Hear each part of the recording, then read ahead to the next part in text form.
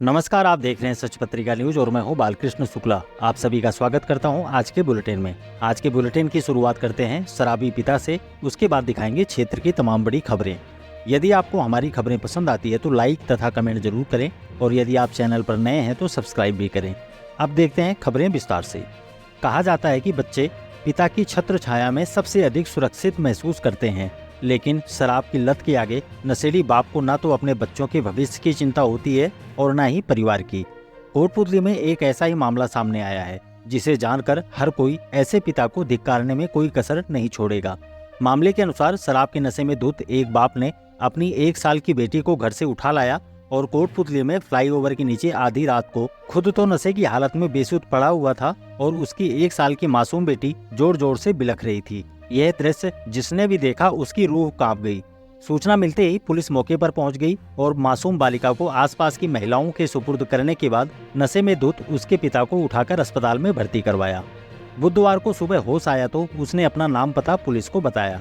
जानकारी के मुताबिक मूल रूप से हैदराबाद के नेमपुर का रहने वाला रामनिवास समीप के केसवाना फैक्ट्री एरिया में अपने परिवार और सास ससुर के साथ रहता है। वह शराब के नशे का आदी है और इसी कारण उसकी पत्नी के बीच आए दिन झगड़ा होता रहता है।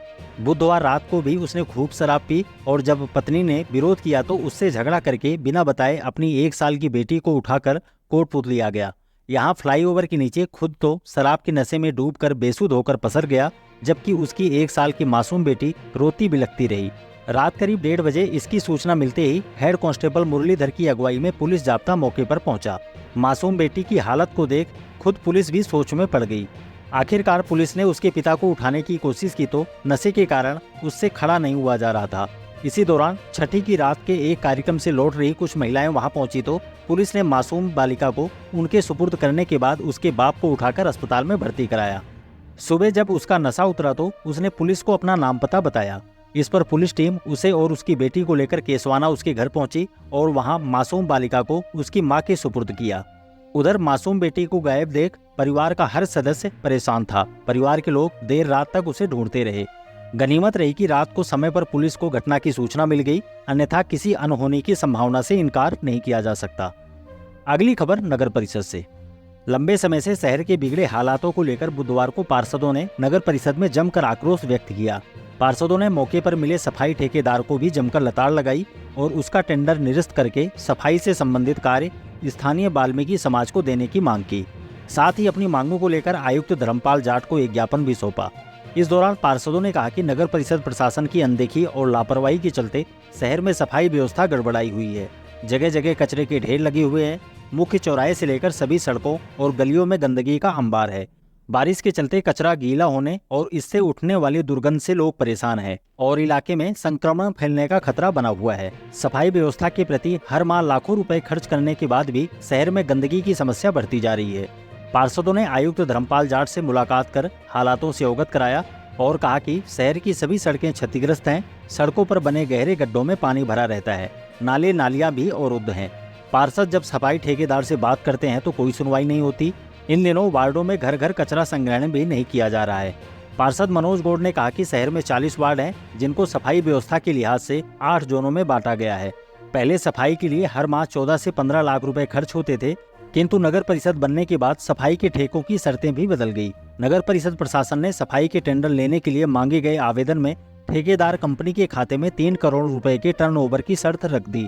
टेंडर की शर्तों के मुताबिक शहर की सफाई का टेंडर हरियाणा की एक कंपनी को दिया गया है और सफाई व्यवस्था पर होने वाला सालाना खर्च करोड़ों में हो गया है। अब हालत ये है कि आम आदमी तो क्या, खुद पार्षदों के घर के सामने कचरे के बड़े बड़े ढेर लगे हुए हैं। कोटपुतली में गंदगी और कचरे की इस अव्यवस्था के आगे आम आदमी तो क्या, खुद नगर परिषद की सभापति भी लाचार नजर आ रही है। पार्षदों ने सीवर लाइन का कार्य जल्द पूरा कराने और जहां काम हो चुका है वहां रोड बनवाने की मांग करते हुए कहा कि सोमवार तक व्यवस्था में सुधार नहीं हुआ तो पार्षद नगर परिषद कार्यालय में धरना देंगे। इस दौरान पार्षद मीनू बंसल, नाहर सिंह पायला, रामकरण सूद, मुखिया पायला, मनोज देवी, ममता देवी, रामकरण सैनी व मनोज अग्रवाल सहित अनेक पार्षद मौजूद रहे। अब भारत विकास परिषद से जुड़ी खबर। भारत विकास परिषद कोटपुतली द्वारा ग्राम नारेड़ा स्थित विवेकानंद उच्च माध्यमिक विद्यालय में गुरु बंधन छात्र अभिनंदन कार्यक्रम का आयोजन परिषद के उपाध्यक्ष अशोक सुरेलिया की अध्यक्षता में किया गया। इस दौरान नारेड़ा सहित आसपास के सरकारी और निजी विद्यालयों में बोर्ड परीक्षाओं में प्रथम स्थान प्राप्त करने वाले विद्यार्थियों और प्रत्येक विद्यालय के सर्वश्रेष्ठ अध्यापकों को तिलक लगाकर, श्रीफल, प्रतीक चिन्ह व धार्मिक पुस्तक गीता भेंट कर तथा दुपट्टा पहनाकर सम्मानित किया गया। परिषद के सचिव अरविंद शरण बंसल ने परिषद द्वारा कराई जाने वाली विभिन्न गतिविधियों के बारे में जानकारी दी। डॉक्टर वासुदेव गुप्ता ने गुरु वंदन और छात्र अभिनंदन कार्यक्रम की महत्ता पर प्रकाश डालते हुए कहा कि ऐसे कार्यक्रमों के होते रहने से अध्यापक का मान सम्मान बना रहता है। अशोक सुरेलिया ने विद्यार्थियों को अधिक मेहनत कर आगे बढ़ने की प्रेरणा दी। संस्था प्रधान रतन लाल सैनी ने परिषद के सदस्यों का स्वागत करते हुए आभार जताया। इस दौरान अनिल गुप्ता सहित काफी संख्या में शिक्षक और विद्यार्थी मौजूद रहे। अगली खबर खेड़की स्कूल से। कोटपुतली के खेड़की वीरभान ग्राम स्थित राजकीय उच्च माध्यमिक विद्यालय में कक्षा 10 में अध्ययनरत छात्रा भावना आर्य पुत्री अनिल कुमार का देवनारायण आवासीय विद्यालय योजना में चयन हुआ है। छात्रा ने 9वां स्थान प्राप्त कर स्कूल का नाम रोशन किया है। विद्यालय के उप प्राचार्य जयसिंह निर्वाण ने छात्रा को मिठाई खिलाकर बधाई दी और छात्रा पर विशेष ध्यान देने के लिए शिक्षक विक्रम सिंह यादव और राम सिंह गोठवाल का आभार जताया। इस दौरान लल्लू राम मीणा, कविता मीणा, रेखा शर्मा, सन्नी तंवर, मनोज कुमार मीणा, सुनीता सिंह, सुनील कुमार सैनी सहित अनेक शिक्षक मौजूद रहे। अब बाबा रामदेव की पदयात्रा से जुड़ी खबर। कोटपुतली के नागाजी की गोर स्थित बाबा रामदेव मंदिर परिसर से बुधवार को बाबा रामदेव की 10वीं पैदल यात्रा रवाना होकर बानसूर के मोटुका फतेहपुर स्थित बाबा रामदेव मंदिर पहुंची। यात्रा में कुल 251 पदयात्री जोत लेकर शामिल हुए। रास्ते में जगह जगह पुष्प वर्षा कर लोगों ने यात्रा का स्वागत किया और यात्रियों को अल्पाहार भी कराया। यात्रा को समाज सेवी श्याम सुंदर गोयल ने हरी झंडी दिखाकर रवाना किया। इस मौके पर रामोतार मोटुका, महावीर गोयल, हरगोविंद गोयल, राजेंद्र गोयल, भाजपा के पूर्व नगर अध्यक्ष सुरेश मोटुका, हंसराज गोयल, राकेश गोयल, अमित गोयल, विनोद गोयल, रमेश गोयल, अविनाश गोयल, विजय गोयल, कांता देवी, राजकुमारी, पूजा गोयल व सालू सहित बड़ी संख्या में श्रद्धालु मौजूद रहे। सुरेश मोटुका ने बताया कि गुरुवार को मंदिर परिसर में विशाल भंडारे का आयोजन किया जाएगा। अगली खबर कृषि विभाग की। सहायक कृषि अधिकारी नारेड़ा की ओर से राजीव गांधी सेवा केंद्र में कृषक संगोष्ठी का आयोजन किया गया, जिसमें किसानों को खाद और उर्वरकों के बैलेंस उपयोग के बारे में जानकारी दी गई। सहायक कृषि अधिकारी रमेश चंद मीणा, ओम प्रकाश यादव व नरसी लाल यादव ने सूक्ष्म पोषक तत्व के बारे में जानकारी देते हुए कहा कि यूरिया और डीएपी का कम उपयोग करना चाहिए। उनके स्थान पर भूमि की उर्वरक बनाए रखने के लिए एसएसपी और जिप्सम का उपयोग करना चाहिए। अधिकारियों ने विभिन्न गांवों का दौरा भी किया और पाइपलाइन, कृषि यंत्र, तारबंदी, खेत तलाई, जैविक खेती से संबंधित योजनाओं के बारे में जानकारी देते हुए किसानों को फड़का कीट व्याधियों के बारे में भी बताया। इस दौरान दौलत सैनी, सरजीत यादव, सुरेश कुमार सैनी, दिनेश कुमार, यादराम यादव सहित अनेक किसान मौजूद रहे। अब युवक सेवा समिति की बैठक। युवक सेवा समिति कोटपुतली की बैठक अध्यक्ष डॉक्टर के.एम. गुप्ता की अध्यक्षता में आयोजित हुई, जिसमें पिछले कार्यों की समीक्षा कर आगामी गतिविधियों पर भी चर्चा की गई।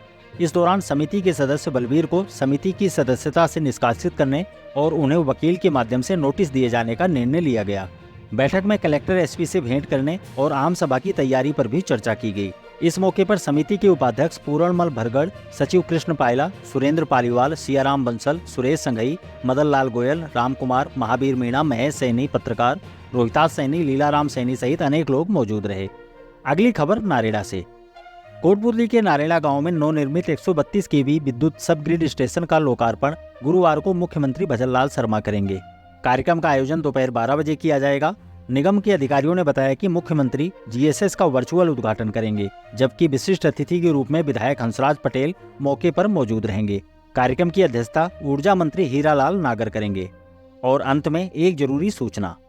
राजस्थान राज्य विधिक सेवा प्राधिकरण और जिला विधिक सेवा प्राधिकरण जयपुर के निर्देश पर स्थानीय अदालत परिसर में राष्ट्रीय लोक अदालत का आयोजन 28 सितंबर को किया जाएगा। तालुका विधिक सेवा समिति कोटपुतली के अध्यक्ष और एडीजे प्रथम राजेश कुमार ने बताया कि लोक अदालत में न्याय क्षेत्र कोटपुतली के लंबित मामलों या विवादों का त्वरित निस्तारण किया जाएगा। यह लोक अदालत इस साल की तीसरी राष्ट्रीय लोक अदालत होगी, जिसमें पक्षकार न्यायालयों में लंबित मामलों या विवादों का निस्तारण आपसी राजीनामे के माध्यम से करा सकते हैं। एडीजे राजेश कुमार ने अधिकाधिक लोगों को लोक अदालत में शामिल होकर लंबित मामले राजीनामे के माध्यम से निपटाकर इसका लाभ उठाने की अपील की है। यदि आपको हमारी खबरें पसंद आती है तो लाइक तथा कमेंट जरूर करें और यदि आप चैनल पर नए हैं तो सब्सक्राइब भी करें। आज के लिए बस इतना ही। दोबारा मिलते हैं इसी तरह की दूसरी ताज़ा खबरों के साथ। नमस्कार।